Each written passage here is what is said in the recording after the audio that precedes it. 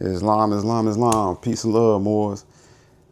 It's Brother Nagi. Real impromptu class right here. I don't know what I'm going to call it, but it's Thursday, September 18th, 2025, Christian calendar year, about 8 p.m.-ish. And, I wanted to touch bases with y'all. I know I put up some shorts and stuff with the, the meteorite and all that stuff. I really didn't want to get into that right this second. But I felt like we needed to, have a class, talk about some things, give y'all some updates. The Zodiacus literature coming together, and that'll be out soon through Fez Province, Regency, or fezprovince.org. So let me get that trade. So we back. All right. So yeah, like I said, we just kind of doing this impromptu. I'm testing a new setup. Y'all let me know what y'all think, how y'all like it. Hopefully the audio is straight and y'all can hear me clearly. All right. So we, in the Holy Quran, Circle 7. For all those. All right. And we in chapter, looks like 26. All right, holy instructions of unity, or the gifts of understanding, are the treasures of Allah. And he appointed to everyone his portion, and what measure seemeth good unto himself. Hath he endowed thee with wisdom? Hath he enlightened thy mind with the knowledge of truth? Communicated to the ignorant for their instruction, communicated to the wise for thine own improvement. All right, and I just want to stop right there because lately, it's become apparent to me that we're not communicating enough. I know I haven't been on here enough promoting and putting videos out and stuff. So it's like I'm trying to do better and get back into that. But in general, it seems like the conversation has been lingering around certain topics and certain issues, and we're not really able to elevate like we need to as a people. And I don't think, or I don't know, rather, when we're going to figure out that we have to come together, right? We have to demonstrate not only the 5 principles, but the 6th principle, which is unspoken and not really mentioned, but it's unity, right? So we got love, true peace, freedom, and justice. But the 6th unspoken principle, those are the 5 principles, but the 6th principle is unity, right? And just kind of jumping back into this chapter, right? It says, true wisdom is less presuming than folly. The wise man doubteth often and changeth his mind. The fool is obstinate and doubteth not. He knoweth all things but his own ignorance. The pride of emptiness is an abomination, and to talk much is the foolishness of folly. Nevertheless, it is the part of wisdom to hear with patience their impertinence and to pity their absurdity. Yet be not puffed up in thine own conceit, neither boast of superior understanding. The clearest human knowledge is but blindness and folly. The wise man fleeth his imperfections and is humbled. He laboreth in vain for his own approbation, but the fool peepeth in the shadow stream of his own mind and is pleased with the pebbles, which he seeth at the bottom. He bringeth them up and showeth them as pearls, and with the applause of his brethren delighteth himself.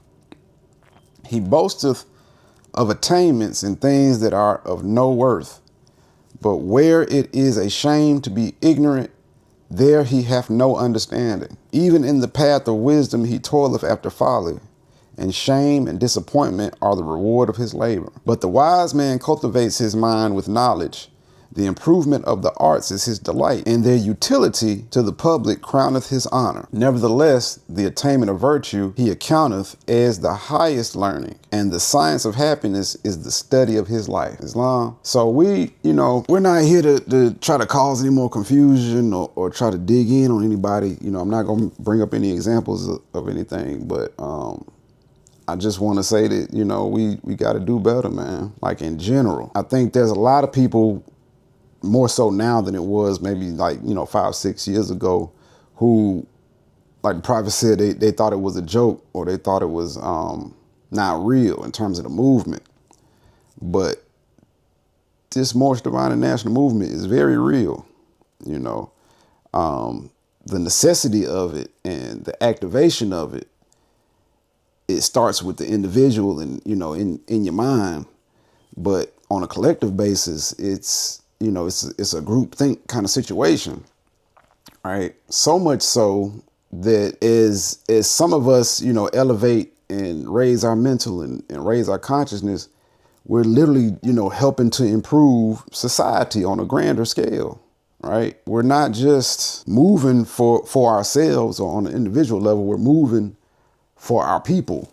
You know what I mean? Like what we do has a direct impact on those around us, whether they know it or not, or whether they feel it or not. But one thing I've noticed is, as we become more focused and more diligent in our approach, the potency of it all, the actual force behind it becomes that much stronger, right? So our voices, our intent is very important, right? So let me just jump around and talk about some other things, right? So we're gonna move into some other documents, and I know I've really been wanting to talk about this one with y'all because the CM Bay work. Brother CM Bay's work is very important, right? Let's see if we can get that tracking back. All right. So yeah, CM Bay's work is very important to really overstand and understand the advanced levels and the demonstrations that came out of the adept chamber, right? And realize CM Bay, just a little bit of background, and correct me if I'm wrong, right? CM Bay was an adept and a Moorish elder in today's terms, who was a part of the adept chamber and who, interacted and was taught by the prophet firsthand, right? And out of all the people in the adept chamber, pretty much everybody that we know of, that we can go back and look at in history and whatnot, either sold out or, remained silent as to these topics and this information that we're about to talk about. I believe the story goes that it was some Ashkenazis that came to Brother CM Bay after he published these documents and these books in the Library of Congress, and tried to get him to take it out. And he told them, he couldn't do that because he was trying to basically save the people, But I want to show y'all some things, right? I just want to make sure that it's visible. Right, so you see that sun, you see the planets, and then you see the various zodiacs, right? Or more so the months with the zodiac as well as their degrees, right? And then I just want to compare, right, just for the demonstration. So you see this, and you see this, all right? Realize, it's a broad topic, but today I just want to focus on this part, right? These 4 gates, and this same demonstration right here, these 4 gates. So I want you to make that connection, right? So yeah, let's go. I'm going from the inner cover, right? So just on the outside, it's Clock of Destiny, Volume 1, Your Master Key of Civilization, 12 Signs of the Zodiac. It says why. Right. And then also in the beginning, realize it says the only begotten son or son of God. Right. SOUN and SON of God. Right. Just keep that in mind. All right. So why continue to be an economic and social slave owing to lack of knowledge of your history and sciences. Right. Valuable stones come in small packages, and realize it's a very thin book. Okay. And this is definitely for every, this lesson is pretty much an extension or, a deep dive for everybody who loves the Zodiacus video. But I just really wanted to touch base on this, as we go in and talk about these topics. Try to show you some real life applications and some necessary knowledge. So I'm sorry to assert that the present grown-ups, especially 95% of both European and Asiatic Americans, will not turn loose the white image Christ doctrine of the church with its various denominations until the United States of America has undergone its bloodbath, which is now in the making. The most crucial bloodbath that the world has ever known, right? And realize, in modern times, we could talk about a lot of things in terms of the modern aspects of this U.S. war machine, right? Insert Charlie Crist or whatever his name is, the attack on the cartels and whatnot, and how they blowing up those ships and stuff, and basically Trump trying to backdoor China and get the oil so that they don't have any oil, right? And the stuff that's going on in the South China Sea, if you see what's been going on with that, if you've been paying attention, right? China's been building out their beach fronts and bases to extend, their oceanic territory, right? And, the Ukraine situation that, is they're trying to bring it to a close. But these are, parts of the bloodbath that we see in present day, right? But what's interesting about the Charlie Crist situation is like, that's, Caucasoid on Caucasoid crime right there. Like, that ain't got nothing to do with us as Moors per se. But, the news is going to try to flip it and turn it into whatever they can, try to score, their pundit points. But getting back into it, it says the doctrine of the white image was born in the United States of America or colonial North America through bloodshed and will vanish after bloodshed, which cannot be described in words. This destruction is necessary in order that the oncoming generation might escape mental bondage and dead idol or image worship, which is definitely contrary to truth, wisdom, and economic and social progress. Islam. So moving forward, next page, it says the photos that will be accompanying this page were not legible enough to reproduce and remain recognizable. They were of C.M. Bay, C.L. and J.L. Bay, W.H. Prothero Bay, and J. Robinson Eel. All right, and it says, there's not enough mystical wine or Christian religion doctrine in Rome to make us drunk. It's coming from the authors and the associates. And then just kind of skipping through, getting into the meat and potatoes of it, right? Page 5 here, it says, knowledge of truth is mankind's highest attainment. Quote, you shall know the truth and the truth will make you free. All evidence points toward the fact that had the truth been taught, there would have been no need for that great statement to be recorded in literature, especially the Bible. I am aware of the fact that the category of astrology, global geography, and history of the Moorish nation will conflict with 9 out of every 10 persons of the United States of America, especially those referred to as Negroes, ranging between 20 and 50 years of age owing to Christian education. Therefore, I concede that the category of science mentioned will appeal to the youth of tomorrow, those who will approach the ages of 18 to 21 by 1954. And now we in 2025, right? The restoration of civilization relies upon the ability of this group during the next 7 years of global economic and social revolution. The majority of those now ranging between 20 and 50 years of age have been too deeply instilled with emotional religious doctrines and distorted history, which has been written by prejudiced European American educators during the past 93 years. This group emotionally rely upon that which they have been taught to believe. Facts and testimony are not the foundation of their faith, except in very rare cases.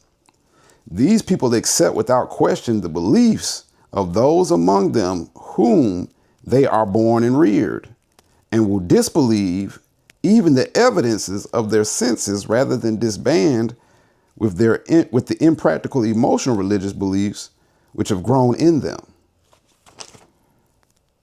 All right, page 6.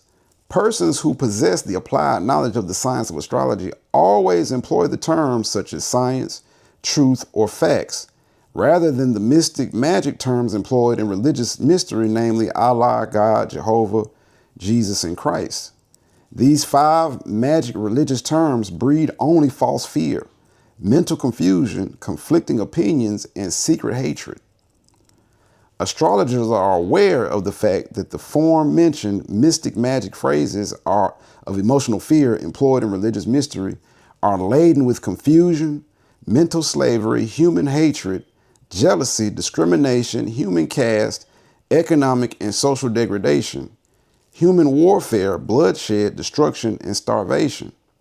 Today, religious worshipers have proven to the entire world that they had rather resort to emotional human hatred and fight, suffer, and die over the name of the mystical God in religion than reasonably agree with simplified and applied truth, facts, or science involving their economic and social stride, as shown in the 12 signs of the ever-present zodiac. Right? And this is getting to what I'm talking about. And the prophet touched on it in religious controversy, but which is a speech that you need to look up and get on your dial plate. But as a people, right, going all the way back, you could look at, and I like to bring up the example in the Bible of the Tower of Babel, right? And y'all biblical scholars can go back, but if you're looking at it esoterically and you got the eyes to see and the ears to hear, to me, right, it seems, and this has been presented throughout other lessons and stuff, but I'm just giving my take. It seems that the priesthood, right, got together, and through this, story, they gave this presentation, but in literal terms, they got together, said, hey, we've got all this ancient knowledge and ancient wisdom, and we know because prior to this time that we're talking about, the only major religion that was really known was Zoroastrianism. And Zoroastrianism ties you directly into cosmology and astrology, right? But to separate the people from that knowledge and that body of knowledge, and, they created the other major religions as a social control system, right? So these are the restrictions that have been placed on society, right? These are the social programming codes that have been placed on society from that time up until now that keeps the confusion and the problems going, right? And whenever the people get a little too unified, they tear everything up, and they want to try to start from scratch. Or they want to try to start a world war, right? Or they release a plague or something, right? And, different scholars will say different things, but most recently I've heard the interpretation that this is what I'm talking about is the transition from Tartaria, or the Tartarian people in the nation up into the present day, right? And when I get into more of this type of stuff, the CMB work, and we start talking about the Yaqub story, you'll see where that makes sense. But just simply understand that we're talking about the ancient Moabite empire and the modern Moorish empire. When we're talking about these Tartarians or these other, races of people and whatnot, just to simplify it and condense it for our group and our people, and the knowledge that knowledge base that we coming from. Ancient Moabite, modern Moorish, right? And you'll see more so why I say Moorish and why the prophet said that, you got Moors and amalgamated Moors, and basically that all of us were amalgamated at this point. And even during even up to the prophet's time. So it's like these tricks of religion, and these tricks of quote unquote racism, the social construct of racism, and these tricks of superiority, and be it genetic or be it intellectual, whatever, what have you. We got to get past that. You know what I mean? And part of that is tied up because we've got a religious ethos and structure that we're living by and literally believing in and having faith in that is detrimental to us as a society, right? Which is why we dealing with the 5 principles: love, truth, peace, freedom, and justice, and trying to get that out so that people can have a basis to, to stand on, and we can all meet on the square, as they say. But getting back into the document here in the book, it says today religious worshipers have proven to the entire world, and I just want to read this again, that they had rather resort to emotional human hatred and fight, suffer, and die over the name of the mystical God and religion than reasonably agree with simplified and applied truth, facts, or scientific involving their economic and social stride is shown in 12 signs of the ever-present zodiac, right? So let's dig into this a little bit more. So keynote of wisdom, still on page 6. In order that you might readily understand the contents of this book, you're advised to momentarily lay aside all that which you have been taught to believe except mathematics. And as a result, you will be guided by common reason rather than by traditional emotional belief. I'm aware of the fact that both Muslim and Christ teachers have been a monopoly or have had a monopoly on Mr. Religious superstition, but not on mathematics, right? The science of geometry involving the 12 signs of the zodiac, the universal law, Islam. So going to page 7, astrology and astronomy. The difference between astrology and astronomy is that astrology treats of human characteristics, talent, action, and reaction, sociology, economics, and global geography or space and time. Astronomy is the priest, pope, bishop, rabbi, preachers, duke, duchess, queens, king, and Anglo-Saxon lords code of the Christian world, of whom propagates the myth culture of heaven in the sky and hell below after death. The Christian astronomers are the stargazers who go to heaven by way of an expensive telescope and promulgate that which they imagine live on the planets: Mars, Saturn, Pluto, Jupiter, Moon, and Venus. Such philosophy definitely cannot help solve our economic and social problems. The real moon and sun are under our feet, namely Earth. The powers of the moon and sun dwell in woman. Now you can draw your own conclusions as to why astrologer and astronomy conflict. Astrology erases all beliefs and opinions of superstition, confusion, religious mystery, false fear, and idol or image worship. Astrology has always involved this universal simple fact, namely woman and grown sons in the course of 1 second can observe the moon, sun, stars, earth, and themselves without employing a telescope. Therefore, woman and grown sons comprise the supreme manifestation of the whole of creation, space and time, which need no doctrine of religious mystery, fear, and superstition to influence them to employ that which is right. Because the science of astrology, woman, suns, earth, water, air, heat, and food constitute the great force of creation, often referred to in science as electromagnetic current and voltage or atomic energy, right? So when we talk about these things that, we think of as being outside of ourselves, like the sun, the moon, the planets, realize macro, micro, you've got all of these things. You've got the cosmos within you, right? And between mother and son, or Masons, the whole of the universe exists.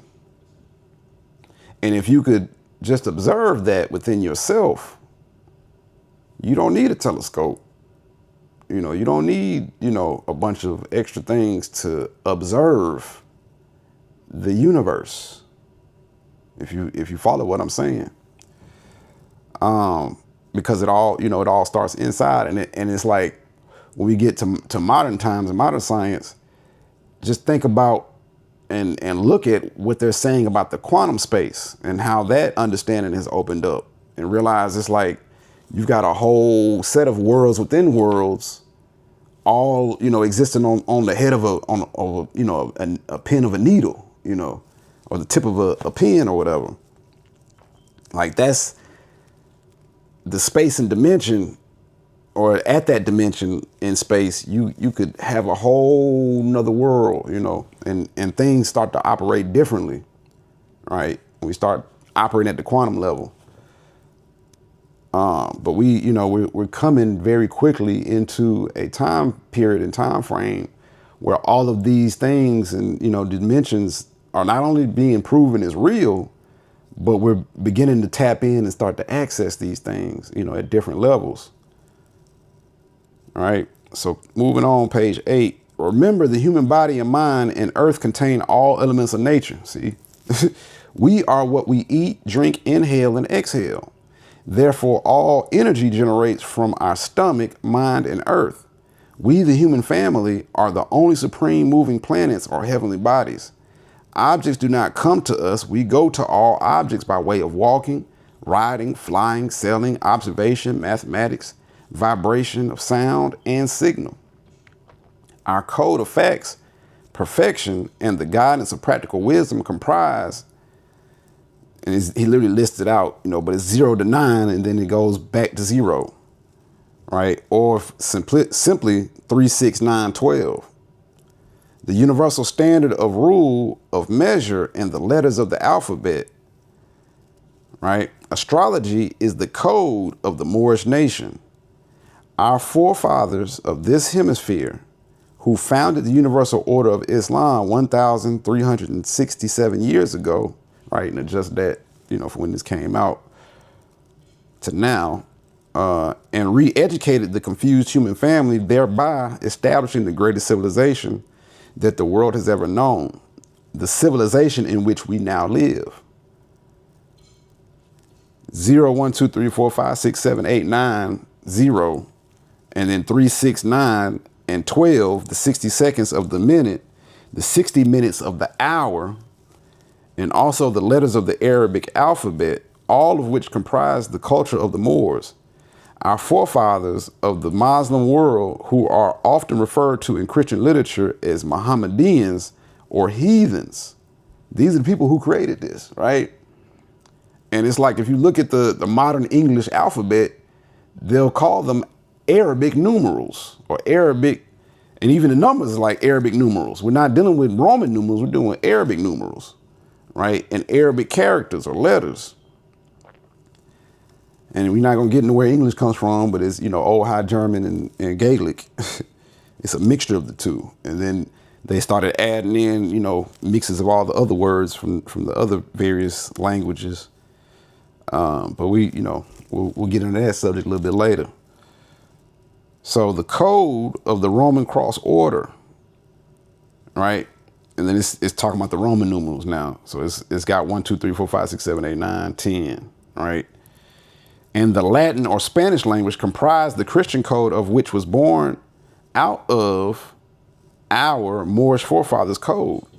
In South America, Patagonia, known today as Argentina, the original region of the new masses of humanity who possesses ruddy or red, pale skin with greenish blue eyes and long blonde hair. Argentina, Brazil, Peru, Colombia, and Venezuela, all of which comprise the springboard of the Roman nation of many different races, caste, and color guided by dogmas. Dogmas is a Latin phrase, which defines as false doctrine, right?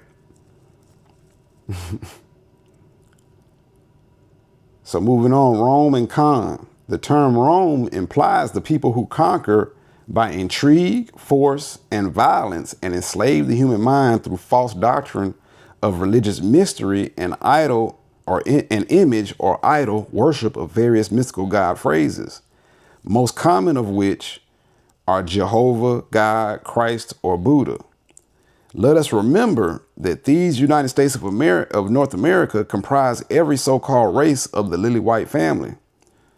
The term Khan implies the people who control the board of real estate, commerce, production, and distribution of the order of Roman colonization, which manifested with Wall Street in Amsterdam or New York, US, U.S.A, and Java, East India, both of which are the headquarters of the nobles, dukes, lords, and the duchesses of Rome and Khan, the jury over the wealth and culture of the Moorish or Asiatic nation. Our forefathers, who were defeated by the Roman conquerors after having undergone some 364 years intermittent conflict from Patagonia to Alaska, Canada, and Greenland.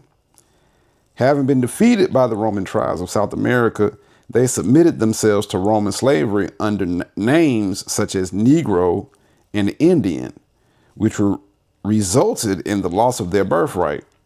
In 1774 Christian calendar year, which is equivalent to 1194 Moorish calendar year. 1453 to 1492 Christian calendar year is equivalent to 873 to 912 Moorish calendar year. The Roman conquerors added 580 years to the Moorish calendar.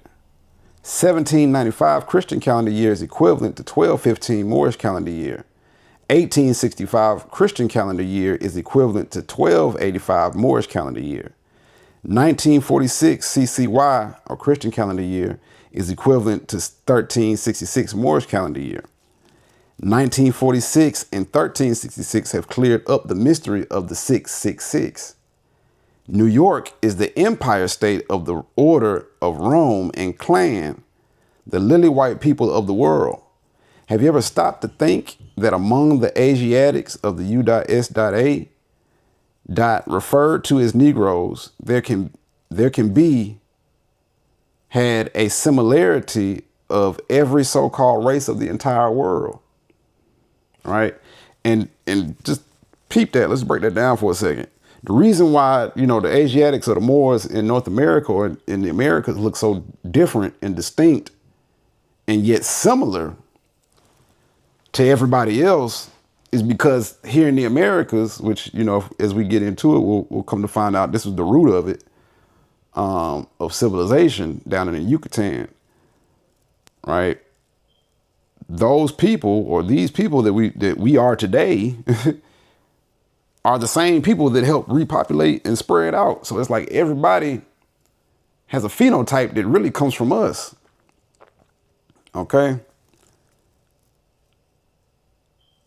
But, at this point, we all mixed up and, from one end to the next, and we've migrated back and forth and been back and forth the entire time. So it's not like it's that difficult to fathom, but let's keep going, right? The land of the Moors, the crest of Asia, Peru, Mexico, Isabella, or Cuba, right? Oh, but what I was finna say, but that's why a lot of, the brothers and sisters over there in Africa, say that we're not them and they don't claim us because they know that we come from over here, you know what I mean, originally, right?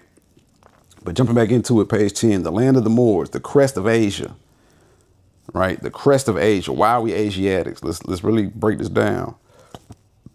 And I want to get this on y'all's dial plate so y'all can understand this. But simply, right, because I've seen these debates and these conversations, right, when it was Pangea, when everything was one, Asia Nur or Asia North and Asia Sur or Asia South. All right.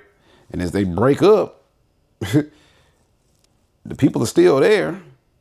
But now it's no longer Asia Nur and Asia Sur. It's all the different continents. And, if you think that, quote unquote, mankind or human beings, which mankind is very modern, but if you think human beings are something new and not ancient, then I implore you to do some more research. And I'm going to leave it at that.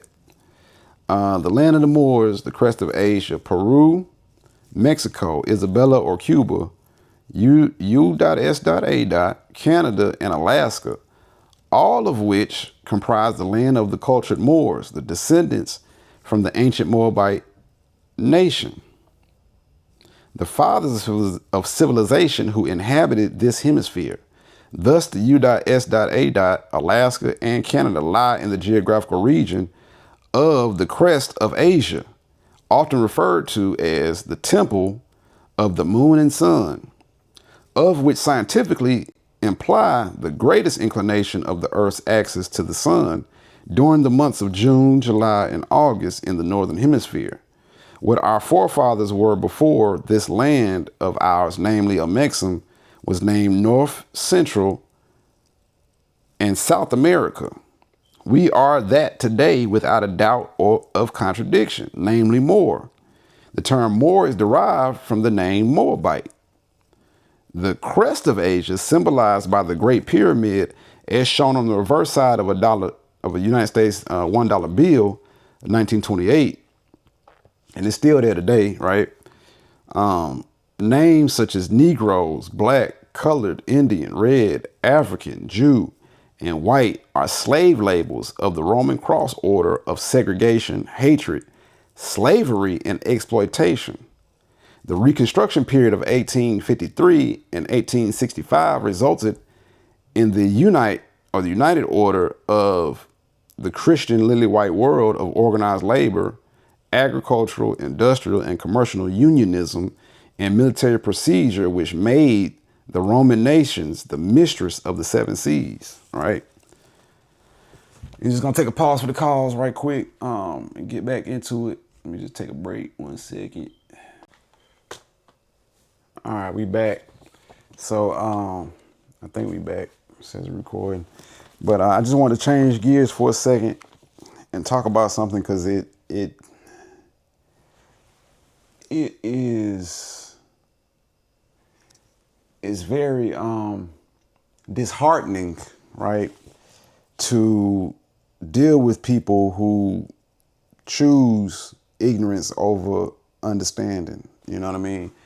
And it's even more disheartening when it's your own, folks and stuff, but they don't get it. They don't want to get it. So I just want to, touch bases on this coming out of non-substantive, right?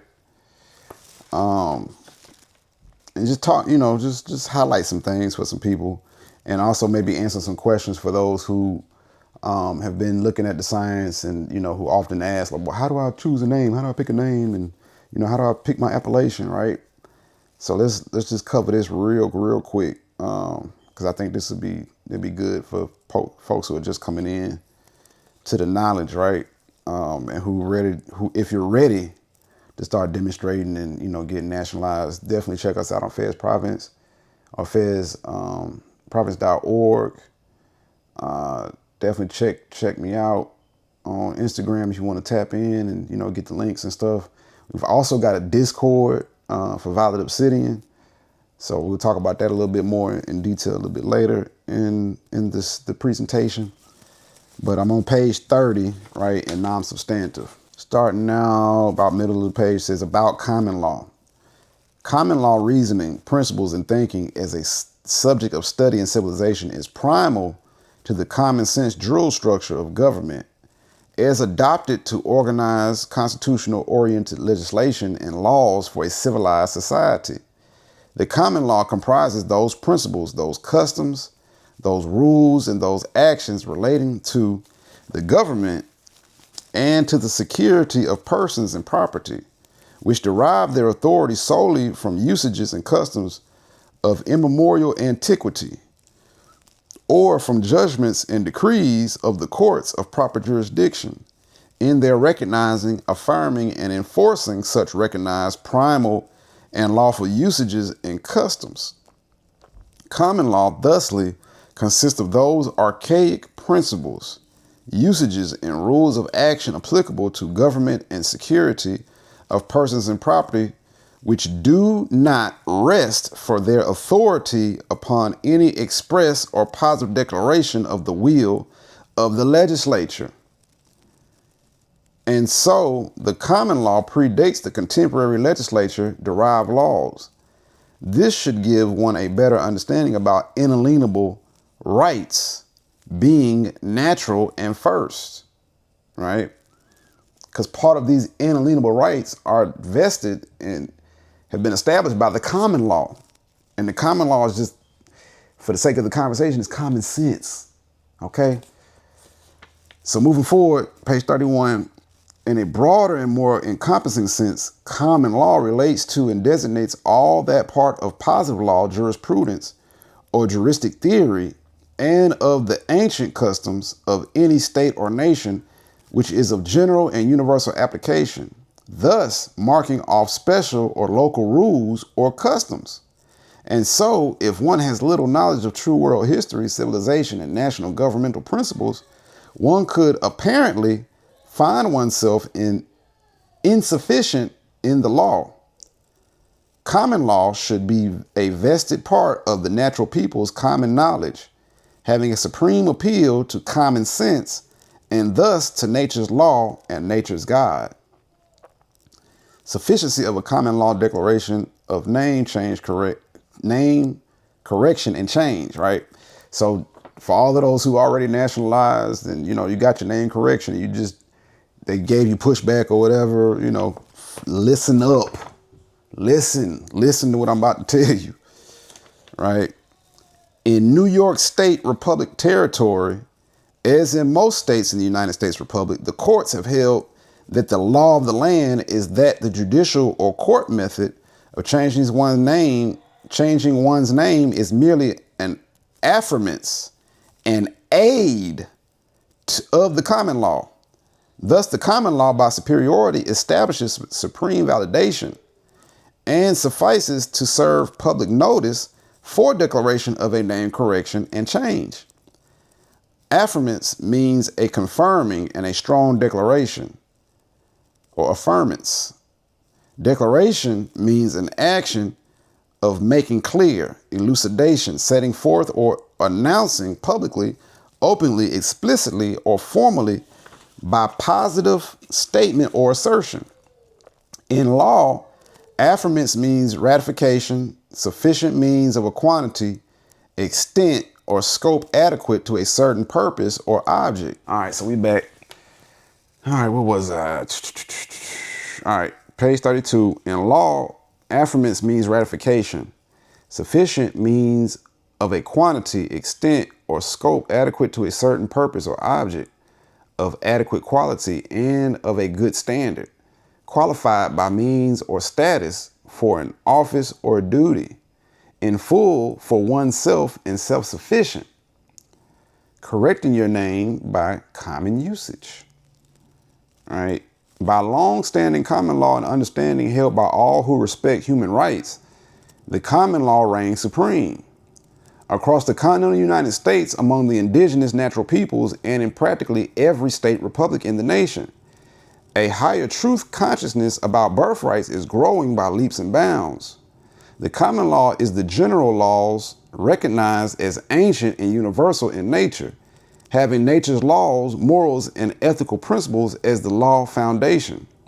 Common law is more akin to rights inalienable, which are embodied by principles of birthright, as opposed to legislation by statutes issued from political bodies, initiated commerce contracts, and revenue-raising rules, right? So when we talk about the common law, it's juxtaposed to, the statutes and the contracts and the revenue-raising rules, right? Prime example, right? With this whole Charlie Kirk situation, right? You got Stephen Colbert and the other comedian. They just basically canceled, and one commentator was saying, it's like because Trump got in his feelings and was got butthurt, they made a call and they pulled the shows, right? And if if they were in their proper person, they could stand on the common law, but they're wrapped up in all these contracts and these these rules based upon the contract or based upon the rules of the FCC or what have you, and they just pulled the plug on them. And the most dangerous thing that's going on right now is they're saying that anybody who supports Palestine or anybody that supports anything related to these things, or basically anybody that's supporting the ops is an op. And will not only be subject to social pressures and issues, but possibly legal unlawful constraints. Okay. So, as a people, we really need to come together on some things and start operating from a certain basic understanding of what's going on. Otherwise, we're all going to get wiped out. And everybody's going to be, stuck in this ignorance and this foolishness. And then it's really going to look like a scene from Idiocracy. You know what I mean? Like, for real, for real. And we're really, we kind of already getting there in terms of the idiocy. But it's like we're trying to get back to ourselves. We're trying to get back to dealing with, facts and being able to stand on our own 2 feet. But the social pressures and the control, the manipulation tactics and the technology and the negative, I would say, harmful effects of AI are what's being presented and placed on us first, rather than us being able to get past that and really grow as a people. You know what I mean? And it's just like really telling in terms of like where we're at in the times and everything, because it's like you just had the little 999 portal. Then the Charlie Kirk situation happened, and then they're basically just trying to reset the programming because we came through a gateway and ended a cycle and began a new, right? Based on our understanding of astrology and cosmology. As a people, we've all graduated and moved on into a new level of life. But the social systems and the controls and whatnot and the patterns that's been put out into the ethos is what's holding us back, right? So it's like having these types of conversations and being able to build and, in real time, I think is very vital right now because, we've got the ability to use these things in the electrifying age. So it's like, let's use it, let's make it do what it do. And let's actually come together and make this thing happen like it's supposed to without falsehood, without confusion and ego. And it's like, I really think we can do that. Like, I have faith in us as a people. Like, I'm not doubting what we could do. I mean, you might, or, some of y'all out there that's watching might be in operating from your lower self and not, realizing who we are as being cosmic beings and stuff. But it's like, we're already in a state of quickening. We're already in the mix, right? And it's like, if you don't figure out how to make it work for you, you're basically gonna get, left in the dust or turned back in the dust, ash to ash, dust to dust. Like that's what's happening for real, for real. So, that's why so many people are dying, in the streets and in the fields, in the cities, in the country, like wherever you see, it's a bloodbath and it's a feeding frenzy. Because of this state of society that we're dealing with, right? And I'm not saying that everything's gonna be utopian and perfect, overnight, but it's like, if we don't make the strides and the efforts to get closer to what we know we need as a people on some basic levels, it's just gonna get worse for everybody, or it's gonna stay the same, and be bad for everybody. But all right, let's keep going. So we're on page 32, still in non-substantive, right? And let me just reread this part. It says the common law is the general, or are the general laws. The common law is the general laws recognized as ancient and universal in nature, having nature's laws, morals, and ethical principles as the law foundation, or as the law's foundation. Common law is more akin to rights inalienable, which are embodied by principles of birthright, as opposed to legislation by statutes issued from political bodies, initiated commerce, contracts, and revenue raising rules, right? One who domiciles in the American territories, organic land, or who desires to correct or change his or her name may do so without ever making an application to any court or needing a court's authorization. This law fact must be made clear to all oppressed peoples. To speak the truth simply, the above information means you may simply pick a name you want to answer to, correct or change to, and then proceed to use that chosen name over and over again, i.e. common usage, on a consistent and prolonged basis. That chosen name will be just as legal and true, providing the purpose behind the change is in no way illegal, criminal, or fraudulent, and is not occasioned by an intent to avoid a legitimate obligation or to interfere with the rights of others. The United Nations, the substantive right to name and nationality. The United Nations is an international organization established immediately after the Second World War. It replaced the League of Nations and was conceived as an organization of peace-loving nations who were combining to prevent future aggression, and for other humanitarian purposes. The broader national community addressed the nom de guerre problem of politically imposed misnomers. The resolutions 217 and 1386 addressed the common colonial initiated violation of placing their names upon the natural indigenous peoples for the purposes of making colorable claims. The following is a part of the humanitarian work of the Family of Nations. Note, Resolution 1386, Article 3 of the Declaration of Rights of the Child, the United Nations General Assembly, 1958 AD. Principle 3 states, every child shall be entitled from his birth to a name and a nationality, right? And we've already talked about, the legal, lawful definitions and differences between child, right, or minors. Like, we've covered this in detail, right? So all those who are claiming tags and misnomers of minorities are basically claiming to be children mentally and legally, okay? Not lawfully, but legally. They're classifying themselves as children from his birth, right? And we've already talked about birth and the differences between, the physical birth or the birth of the corporate wardship, onto the seas of the, as I say, the legal law or the law of the sea, pardon me. But every child shall be entitled from his birth to a name and nationality. Note, Resolution 217, Article 15 of the Universal Proclamation of Human Rights, the United Nations General Assembly, December 10th, 1948, Article 15 states, 1, everyone has the right to a nationality. 2, no one shall be arbitrarily deprived of his nationality nor denied the right to change his nationality, right? And let me see if I can get this on the screen for y'all real quick. Let me do this. And I'm gonna stop this real quick because we record and then we'll jump back in when I gotta pull it up. The child shall be entitled from his birth to a name and nationality. Right, says right there, principle 3. Okay. And then let's back up. Hold on.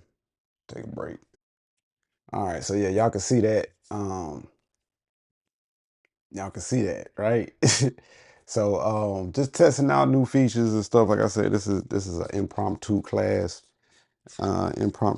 conversation. So the United Nations, the substantive right to name and nationality. Oh, let me back up. I'm sorry. Still on page 32. Correcting your name by common usage. All right, we back.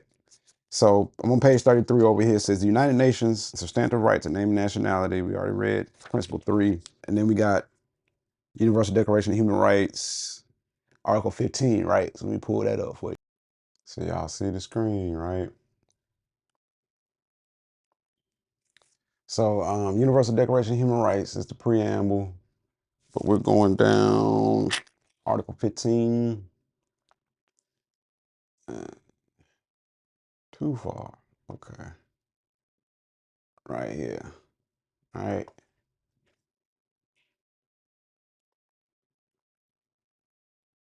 Article 15.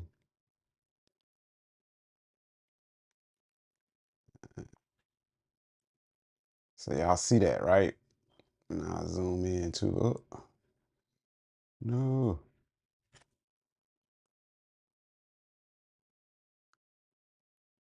All right. So y'all should be able to see that. I should be able to see that pretty clear.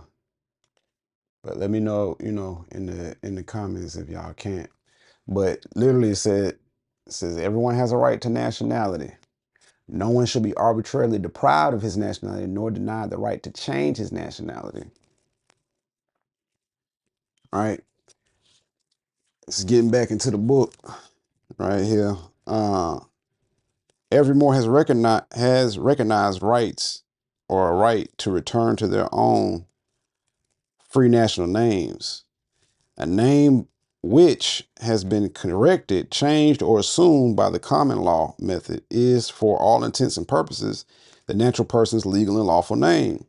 And with absolute competence rightfully assumed in all respects, such a self-chosen name is a correct action and legitimate in its own right, and does not suffer from want of a court order. One should be keenly aware of what occurs politically, economically, and in matters of jurisdiction if one petitions a court for a name correction. First, be aware of the fact that original jurisdiction does not reside with the courts. A court order, corporate, is a revenue-raising opportunity and affirmation option, all right, instituted by the state for raising revenues by placing a court fee on a pre-existing right, which already resides inalienably with the natural person. However, a court order in such an instance of name correction is only a formal confirmation of what already is right and fact.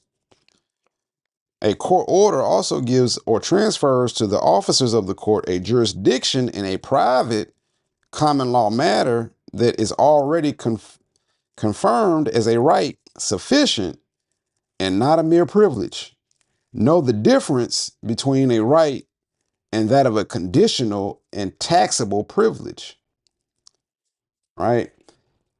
And indeed, in New York State Republic, the organic territory, as in most states in the United States Republic, the courts have held that the law of the land is that juridical or court method of changing one's name is merely an affirmance or affirmance and aid of the common law method of accomplishing the same thing.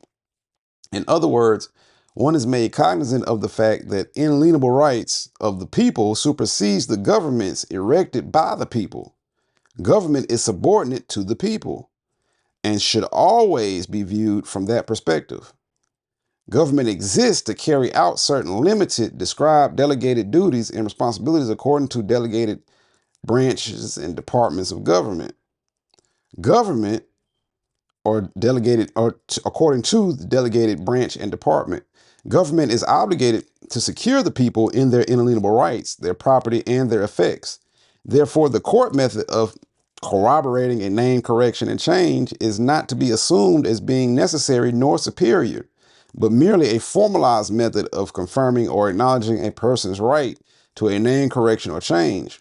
The same name change status could just as simply have been assumed or changed by the natural person by his or her merely using that name on a repeated and prolonged basis. And so the people are again reminded that a republic preserves the people's rights and that a name change by court proceedings is no more or less legal than a change by common usage. This must be understood for the record.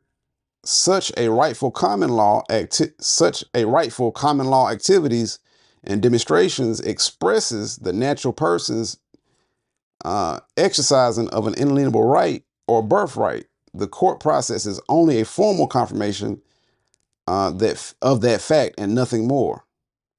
Right. And let me get everything back. Hold on. Pause for the cow. We're back.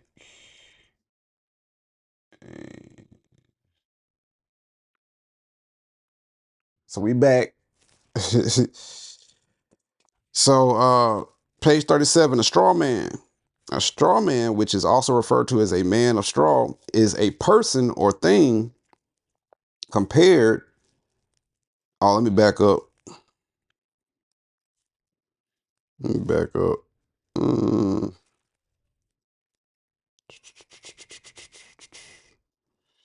So this section before it is talking about Gibraltar and the Rock of Gibraltar. So Gibraltar / Gibraltar al Tariq.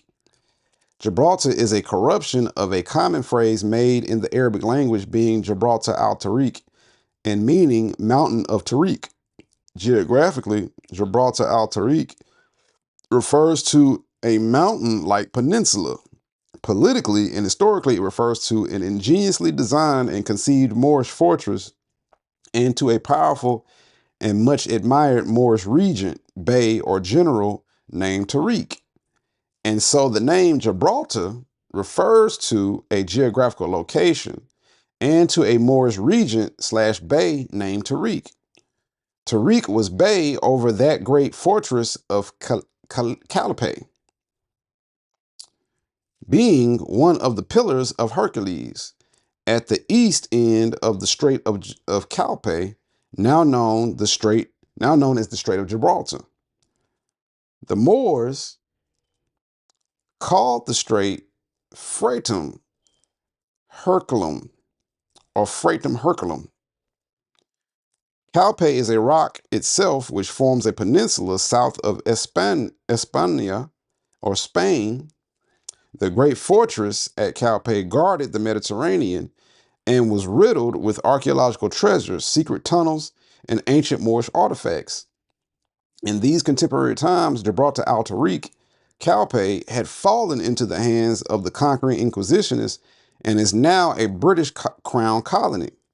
Note that the rock peninsula Gibraltar al Tariq of Callipay, a possession of the Moorish Empire, is now a British crown colony. And so we have demonstrated how names play an important and indispensable role in part in history, geography, and the legacies of natural persons. In these contemporary times, the Rock of Gibraltar as a symbol is used by corporations and other institutions as a sign of stability, strength, and power. Gibraltar is an exemplary example of how history, inheritance, and misconceptions about names and world events can be hidden from miseducated people by merely denying them keys to the names, the words, and of etymology. Names definitively have important and substantive meanings and values, right? And really just to kind of draw the point home as far as like how they've taken the name and flipped it, realize I want to say it's Prudential Insurance, right? And they always have say in their commercials, like a rock, or I mean that's Chevy, but they'll have the image of the this mountain behind them, and I always wondered like, what is that? Right? It turns out that mountain that they're using as part of their logo, right, is the Rock of Gibraltar. It's literally what we're talking about, right? So keep moving forward. It says a straw man. A straw man, which is also referred to as a man of straw, is a person or thing compared to a straw image and is usually used in law, adhesion contracts, and disingenuous legalism. A straw man is actually a counterfeit, a sham, a dummy, an imaginary adversary, or an invented adverse argument, adduced in order to be triumphantly refuted. A straw man also refers to a person with no substance, a fictitious or irresponsible person fraudulently put forward as a surety or as a party in an action. In a word, a straw man is a fake deliberately presented as a reality, right? And for the sake of just, common talk and speech, it's a dummy name, right? It's a name that or a brand that you give to a dummy or a box, right? To be able to do business or to transact business with with said, entity, or to trade it. And we, without getting too deep into that, we've already covered that stuff. But let me skip forward here and try to help distinguish it from a nom de guerre, right? Nom de guerre is a French origin, and literally means a war name, right? Because we're dealing with, this bloodbath, these wars is going on. So a nom de guerre is also a pseudonym or fictitious name used to hide or conceal identity, and is essentially a false name and a version of a straw name, of a straw man. Note, relative to the terse modern day sociology issues unique to North America and the color of law burden heaped upon the indigenes of the Western Hemisphere, do you recognize a correlation between the natural person of Moorish descent using a surname of European descent and claiming to be Dred Scott, an Englishman's cognomen? Note, Dred Scott's losing the suit for freedom case under the court's determination, quote, plaintiff in error. Do you also and it's like when we talk about plaintiff in error, right, and we talk about the whole Dred Scott situation, realize the error was that he was a Moor operating and coming to the court using an Englishman's name who formerly literally was his slave owner. You know what I mean? He claimed to be his master or owner, and Dred Scott, by using the name Scott, is putting himself as the property of the Scott family, right? Do you also recognize the prima facie legalized birthrights theft reasoning as to why the European slaveholders traditionally forced their family surnames upon the Aboriginal/indigenous Moors and branded them as Negroes, blacks, and colors, etc.? Do you recognize the straw man? A truer concept of what forced servitude in North America is should now be clear for all to understand. And so we ask again, what is in a name, right? And we look at a modern extension of this. It's this whole Real ID Act, right? And the fact that they're trying to change all the rules around so that you have to have a particular identification card to even travel, which is an obstruction of your right to travel. But that's a whole nother conversation. But these are the things, and oddly enough, it's like, China has the social credit system, but it's like they're trying to implement something like that over here. And the people are not even, aware or recognizing the depths and the craziness that this stuff can go to, beyond, what's immediately being presented, right? But just to wrap up, kind of bring things to a close because it's getting late here. Yeah, it's time to eat. I just want to like I said, just kind of wrap things up. But let me see what I'm gonna get into to stop there. Islam. So coming out of administrative functions, right? I'm on page 76 here. All right. Let me back up to 75. Nah, we'll go from 76. It ain't gonna hurt nothing. So the purpose of Moorish education, right? And this is getting into what we're dealing with now in real time. The purpose of Moorish education is to restore the ancient Moorish standard of philology, or the love of learning, to reinstate high culture disciplines, to reintroduce Moors to many ancient truths in history removed and suppressed by Roman Inquisition policies, etc. Moors are striving to acquire functional knowledge, intellectual disciplines, to advocate knowledge of the rights and duties of citizenship, civics, to promote the codes of etiquette, to enhance individual and family development, to institute activities involving vocational training and craftsmanship, and to teach the spiritual principles of character building, etc. Educating and enlightening our members significantly benefits them and upholds the nation. It builds integrity in our Moorish society and enhances positive participation in our temples of science. Sunday is the first day of the week and is ruled by the noble sun. The holy name of Sunday is Mikael, and Sunday school is our seeding time. The world and the universe are Allah's schoolroom. Our being in school does not make us learn, but within our Moorish society, expansive and studious classes provide the opportunities for all learning. The several liberal arts are Moorish traditions and includes grammar, logic, and rhetoric, plus the four subjects of the quadrivium. So that was the trivium, and this is the quadrivium: geometry, astronomy, arithmetic, and music. Right? Pardon me if I mispronounce it, whatever, what have you. But the sciences, the arts, and the admission to their dispensations are the birthright of every member, etc. And the graduates of higher learning are prepared as future leaders, right? So just to bring it all back, let me just reiterate this part that I started out with. In terms of the class here, let me jump back and just reread this to y'all. Hold on, let me find it. All right, so we back. So again, we back in the circle 7, right? And on page 36, chapter 26, Holy Instructions of Unity, right? And I'm just reiterating this to try to bring this home, and we're gonna close it out. All right. So the gifts of the understanding are the treasures of Allah, and He appointed to everyone his portion, in what measure seemeth good unto himself. Oh, I didn't read this, but this. Hold on. All right, so I got it. Chapter 26, Holy Instructions of Unity.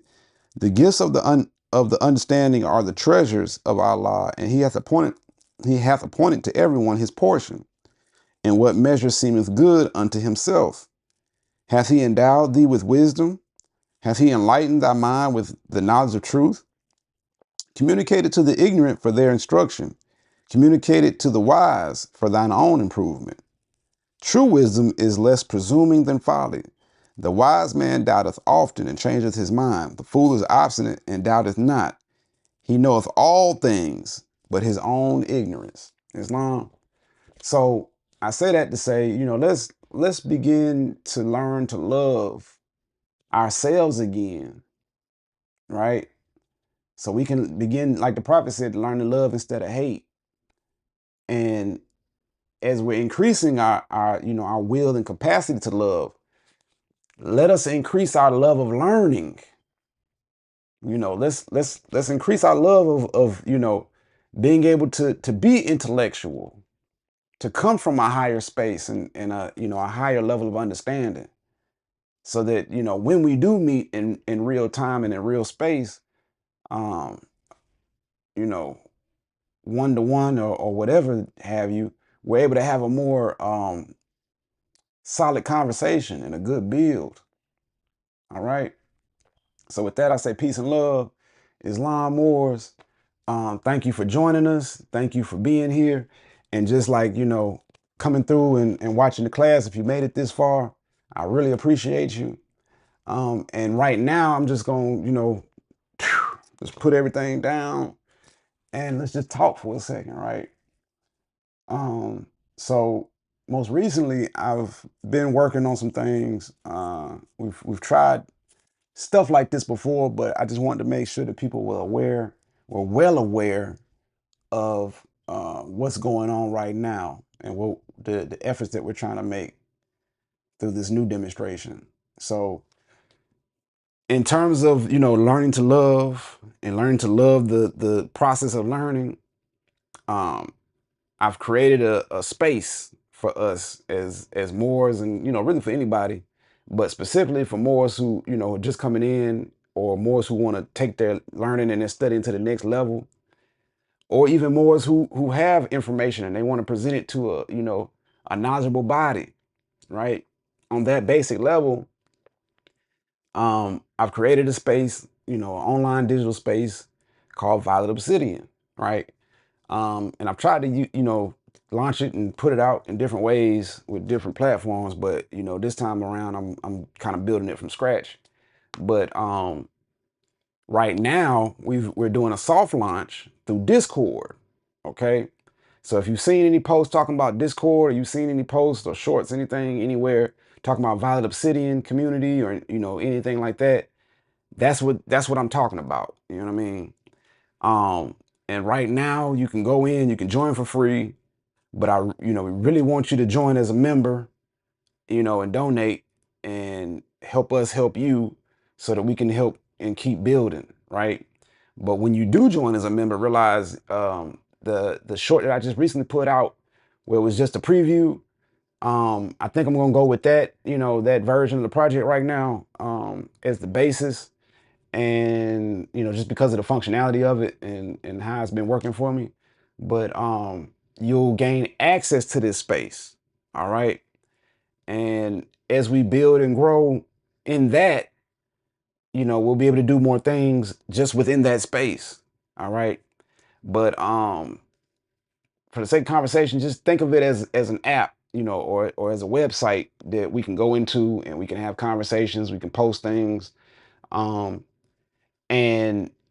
when you get there, realize that there is going to be some AI involved and some AI assistance. So, for those who, are with the times and understand how that works, there is a chat box and a functionality to that I've built into it, right?